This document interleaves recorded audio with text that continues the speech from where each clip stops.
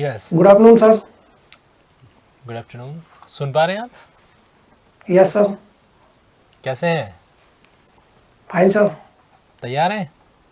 Yes sir. चलिए, first of all तो आपकी एकेडमिक क्वालिफिकेशन देख पा रहा हूँ मैं। 1992 आपका सेकेंडरी रहा, 94 सीनियर यस सर। सेकेंडरी, और फिर 2002, ऑलमोस्ट आफ्टर 10 ईयर्स या 8 ईयर्स आपने अपनी यस सर। ग्रेजुएशन कंप्लीट की, वो भी इग्नू से। मतलब आपने ड्यूरिंग द सर्विस अपनी ग्रेजुएशन कंप्लीट की थी, राइट? Yes sir. और एलएलबी आपने 2009 में कंप्लीट किया है। रिटायरमेंट कब हुआ था सर आपका? सर अभी 2015। 2015 में हुआ, ओके। तो फिर यस आपने सर। यानी कि 2015 तक आप सर्विस में ही थे। Yes sir. ड्यूरिंग सर्विस फिर आपने एलएलबी कैसे कर लिया? एलएलबी तो रेगुलर कोर्स है। सर ये हमारे डिपार्टमेंटली जो परमिशन होती है, हम्म। तो वहाँ पे अलाउ करते हैं कि जहाँ पे इवनिंग क्लासेज वगैरह का सिस्टम होता है वहाँ पे हम लोग अलाउ कर किए जाते हैं, वहाँ से कर लेते हैं। आर्मी में आप क्या पोस्ट पर थे? एयरफोर्स। सर मैं सॉरी, एयरफोर्स से हूँ। एयरफोर्स में आप कौन से पोस्ट पर आप थे आप? Sir as a equivalent to हवलदार, जो एयरफोर्स में सार्जेंट बोलते हैं हम लोग, हम्म। तो उससे रिटायर हुआ हूँ मैं। तो वहाँ पे क्या वर्किंग रहता था आपका? सर वहाँ पे हमारी जैसे दो ट्रेड्स होती है, एक टेक्निकल टीम होती है, एक नॉन टेक्निकल टीम होती है। हम्म। तो नॉन टेक्निकल टीम से था मैं, और मेरा जो मेन फंक्शन था वो जैसे अपनी जो आर्मी की जो टुकड़ी होती है उसको यूनिफॉर्म, राशन, ये जो लॉजिस्टिक सपोर्ट होता है, हम्म। वो चीज़ प्रोवाइड की जाती है मेरे, मतलब उसमें था मैं। सर एक शब्द होता है सेटिस्फेक्शन। अच्छा। जनरली जब इंसान 40 की एज क्रॉस कर लेता है तो वहाँ यस पर सर। जिस स्टेटस में रहता है वो उसी स्टेटस में खुद को बना के रखता है, रिस्क ज़्यादा नहीं लेता। यस।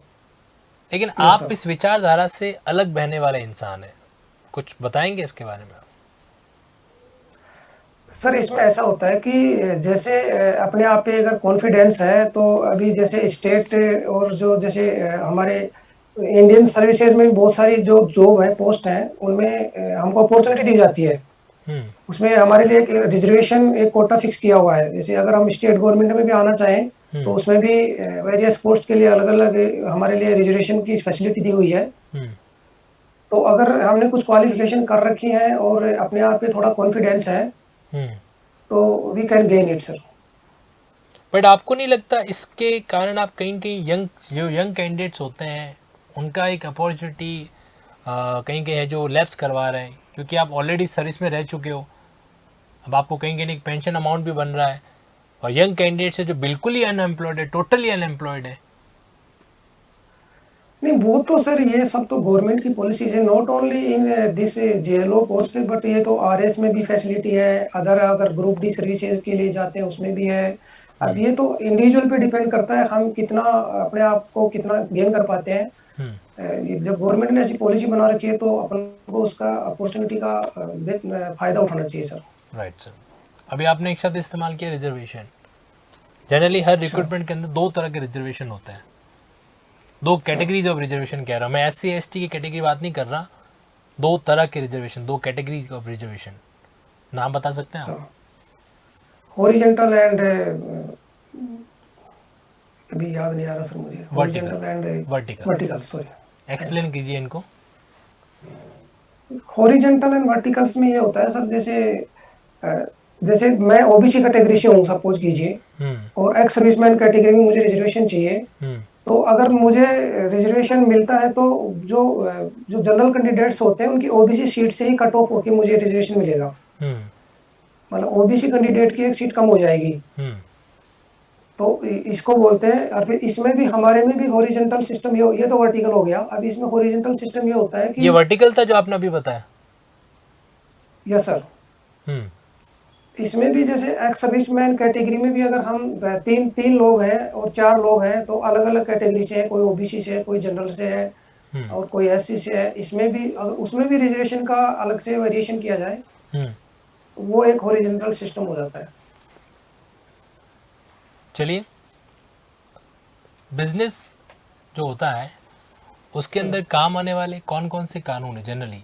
बिजनेस मर्केंटाइज लॉ की बात कर रहा हूँ मैं। सर बिजनेस में बेसिकली मेन लॉ तो जैसे कॉन्ट्रैक्ट लॉ हो गया। हम्म। कॉन्ट्रैक्ट एक्ट हो गया, और इसके अलावा रजिस्ट्रेशन एक्ट है। हम्म। इसके अलावा फिर कंज्यूमर प्रोटेक्शन एक्ट भी कई बार यूज में आ जाता है, कहीं पे कोई डिस्प्यूट वगैरह हो तो। वो बिजनेस में काम आता है या बिजनेस के खिलाफ काम आता है? नहीं, ये खिलाफ मीन्स कंज्यूमर्स के लिए सर। हम्म। और इतना ही बता पाऊंगा सर अभी। चलिए, रजिस्ट्रेशन का जिक्र किया आपने, रजिस्ट्रेशन एक्ट 1908 की बात ही कर रहे हैं आप? Yes sir. ये बिजनेस में काम आता है या जो ट्रांसफर डीड्स बनती है उनके लिए काम आता है? जैसे अगर अपना कोई नया बिजनेस स्टार्ट कर रहे हैं या कोई नई कंपनी सेटअप कर रहे हैं, तो सबसे जो बेसिक रिक्वायरमेंट होती है, सबसे पहले उसका रजिस्ट्रेशन जरूरी होता है। हम्म। तो उसके अकॉर्डिंग फर्दर प्रोसेसिंग की जाती है उसके लिए। सर, एक है शॉप इस्टेब्लिशमेंट एक्ट, सुना आपने? शायद मैंने नहीं, सॉरी सर, मैंने सुना नहीं। कोई भी अगर आप अपना बिजनेस का व्यवसाय स्टार्ट करते हो तो आपको इस एक्ट के तहत, इस लोकल एक्ट के तहत एक रजिस्ट्रेशन नंबर लेना पड़ता है, राइट? चलो, एक तो नाइस है ये पहलू। दूसरा है, सर। अगर आपने कोई भी प्रॉपर्टी का ट्रांसफ़र किया है, कोई भी डीड बनाई सर है ना, सर फिर उसको रजिस्टर कराया जाता है।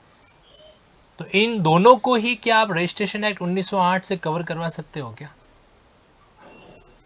सर, इसके बारे में मुझे जानकारी नहीं है अभी। मैं तो ये एक्ट के बारे में पहली बार सुन रहा हूँ, शॉप ये आप जो बता रहे हो।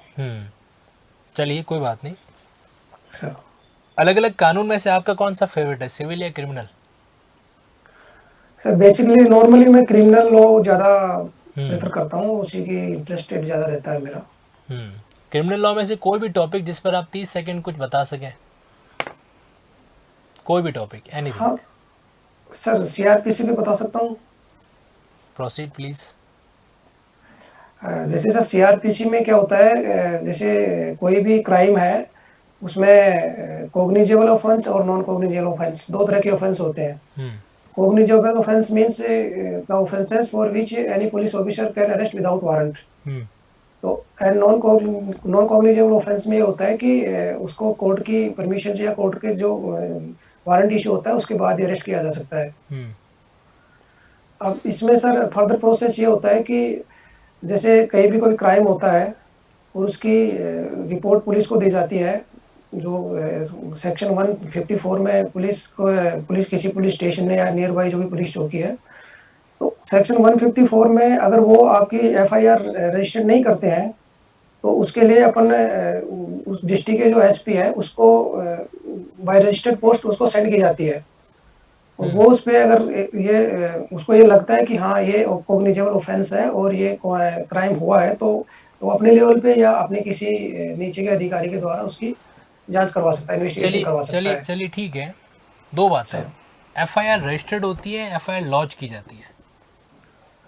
एफआईआर लॉन्च की जाती है सर। तो रजिस्टर कहना ठीक नहीं है उसको? रजिस्टर्ड वर्ड भी सीआरपीसी में यूज क्या तो लिखा हुआ नॉर्मली है, सीआरपीसी में क्या लिखा हुआ है, एफआईआर रजिस्टर करवाना या एफआईआर लॉन्च करवाना? रजिस्टर यूज किया हुआ है वर्ड्स को सर। श्योर हैं आप? Yes sir. चलिए, आखिरी सवाल मेरी तरफ से। एफआईआर सिर्फ कॉग्निजेबल ऑफेंस में ही हो सकती है, राइट? नहीं, कॉग्निजेबल ही होता है एफआईआर में सर।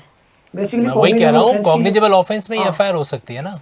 सर सर सर अगर किसी नॉन कॉग्निजेबल ऑफेंस को गलती से पुलिस ने कॉग्निजेबल समझकर एफआईआर दर्ज कर दी है और सर इन्वेस्टिगेशन में बाद में पता चला कि ऑफेंस तो नॉन कॉग्निजेबल है, सर उस केस में क्या होगा?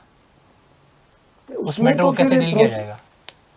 सर उसमें फिर वो उसकी रिपोर्ट पेश करेगा, जो भी जुडिक्शन, जिस मजिस्ट्रेट का जुडिक्शन है उसको रिपोर्ट पेश करेगा। हम्म। और फर्दर जो मजिस्ट्रेट साहब का जो फर्दर जो भी ऑर्डर होगा अकॉर्डिंग प्रोसीड की जाएगी। अगर वो बोलते हैं कि फर्दर इन्वेस्टिगेशन की जाए या नहीं की जाए, और अगर सेम ऑफेंस के लिए दो केस रजिस्टर्ड हो जाते हैं, तो उसके लिए अकॉर्डिंग नहीं सीआरपीसी नहीं का नहीं नहीं, मैं एक सेम ऑफेंस के लिए दो केस कह ही नहीं रहा हूँ। मैं तो इतना कह रहा हूँ, सर नॉन कॉग्निजेबल मामला था, पुलिस ने उसको कॉग्निजेबल मान के एफआईआर रजिस्टर्ड कर दी, इन्वेस्टिगेशन के सर दौरान पता चला कि वो नॉन कॉग्निजेबल मामला है। सर इससे आगे की प्रक्रिया आप कह रहे हैं मजिस्ट्रेट डिसाइड करेगा इससे आगे, राइट? या कुछ अन्य सर बात कहना चाह रहे हैं आप? इसमें जैसे पुलिस भी इसको नॉन कॉग्निजेबल है तो ये रिपोर्ट ही सबमिट करता है नॉर्मली मजिस्ट्रेट को, मजिस्ट्रेट ही आगे फर्दर उसका वो करेगा। सो आपने एयरफोर्स में you have rendered your services for span of 15 years 20 years, how many years you have served? Sir I have served for 20 years। 20 years।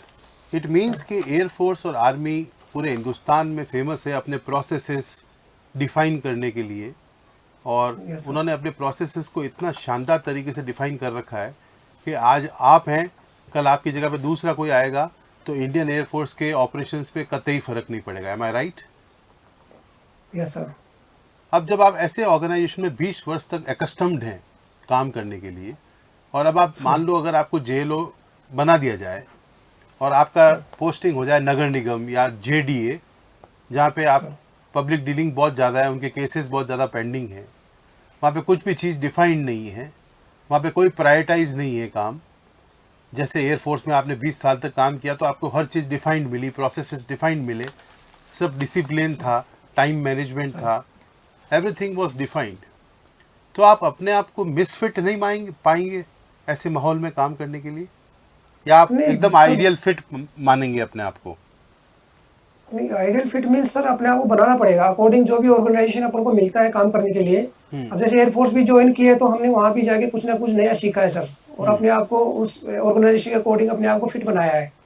इसी तरह से अगर यहाँ भी हमको अगर कोई डिपार्टमेंट ऐसा मिलता है जिसमें कोई गाइडलाइंस प्रॉपर नहीं है, कोई इस तरह का कोई चीज़ मिलता है, तो फिर अपन को उस हिसाब से फिट करके उसके अकॉर्डिंग जितना सुटेबल हो सकता है, जितना अच्छा तरीके से अपन उनको चला सकते हैं, उतनी कोशिश अपन कर सकते हैं सर।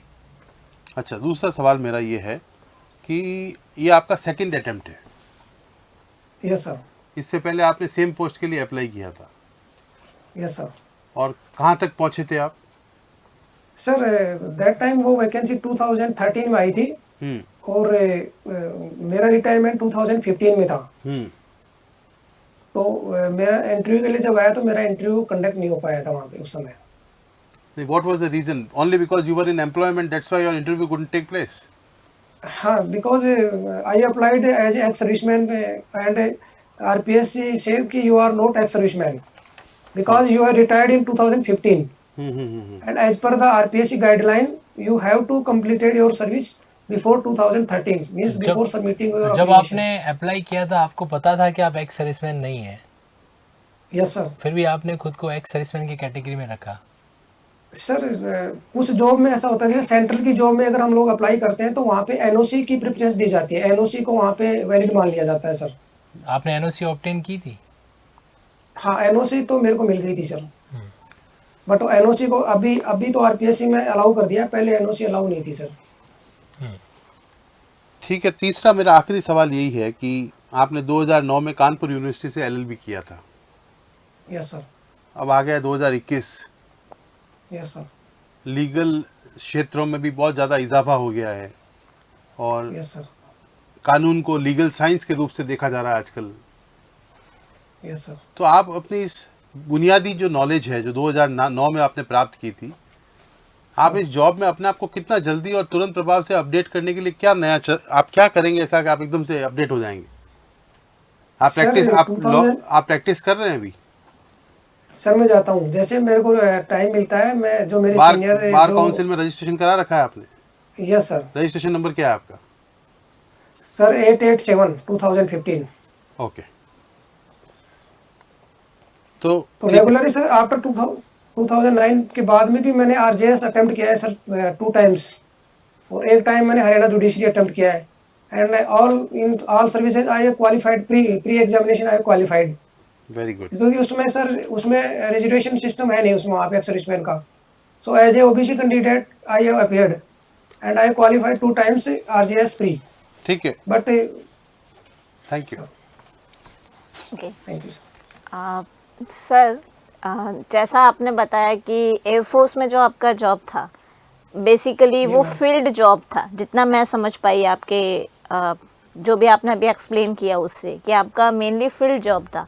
और अब जो आपका जॉब होगा वो बेसिकली ऑफिस सेटअप वाला जो जॉब होता है वो होगा। तो आपको लगता है क्या कि आप बहुत आसानी से उस चीज़ में फ़िट हो जाएंगे, बिकॉज आपने 20 साल फील्ड जॉब में काम किया है, और फिर अचानक से आप अपने आप को सेटअप में ला पाएंगे?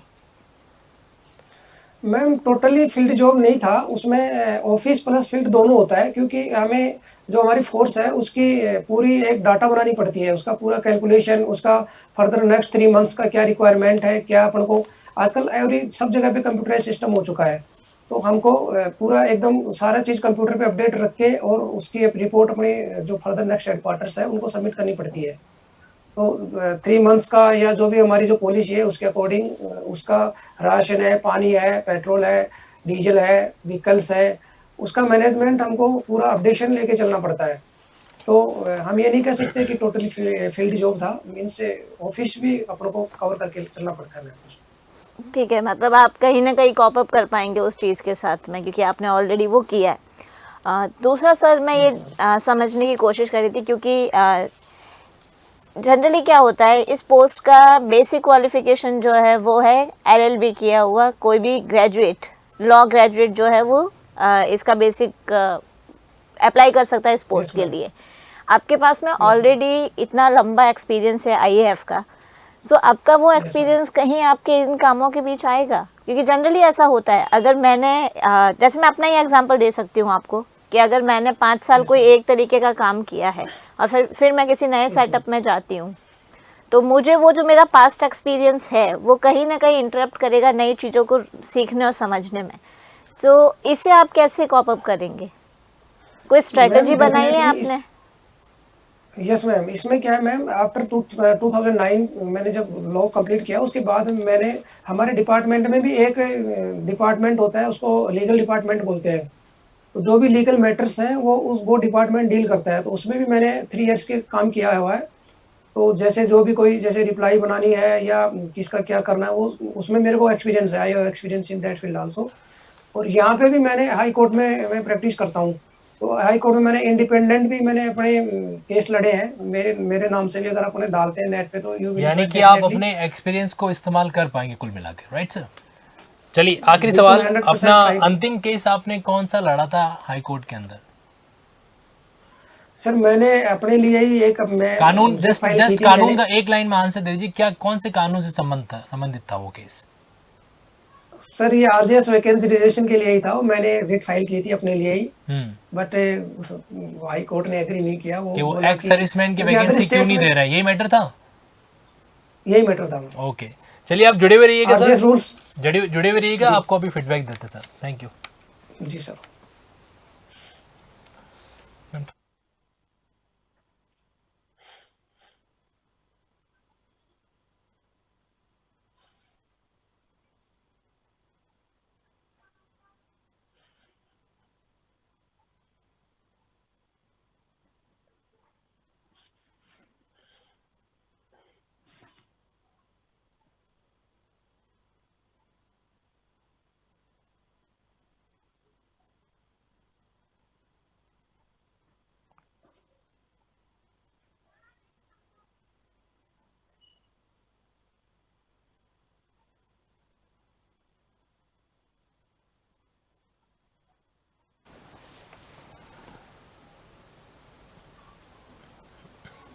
नमस्कार sir. Sir first of all तो आपका इंटरव्यू बड़ा इम्प्रेसिव रहा सर। कई ऐसी बातें हैं जो आपके बारे में, आपके व्यक्तित्व के बारे में, आपकी पर्सनालिटी के बारे में बड़ी पॉजिटिव रही। पूरा प्रयास किया गया इंटरव्यू पैनल की तरफ से कि आपको थोड़ा तनाव में डाला जाए, बट कहीं पर भी वो चीज़ नहीं दिखी और ये वाकई में अप्रिशिएबल है। जब मेरा सवाल आपसे था कि आप यंग कैंडिडेट्स की एक सीट खा रहे हैं, वहाँ पर भी आपने अपने तनाव को नहीं आने दिया और बड़े पॉजिटिविटी के साथ आपने आंसर दिया कि जब गवर्नमेंट ने पॉलिसी बनाई है तो उसका बेनिफिट सिटीजन को मिलना चाहिए। Correct sir. बेहतरीन जवाब था।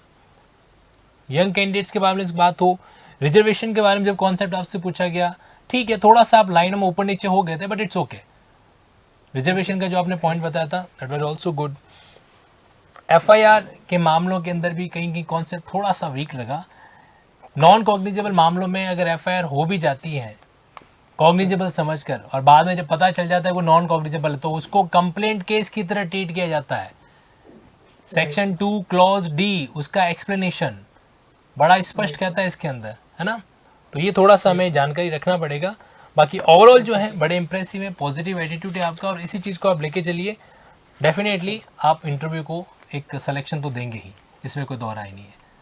कुछ पूछना चाहेंगे आप? बस सर ये पूछना।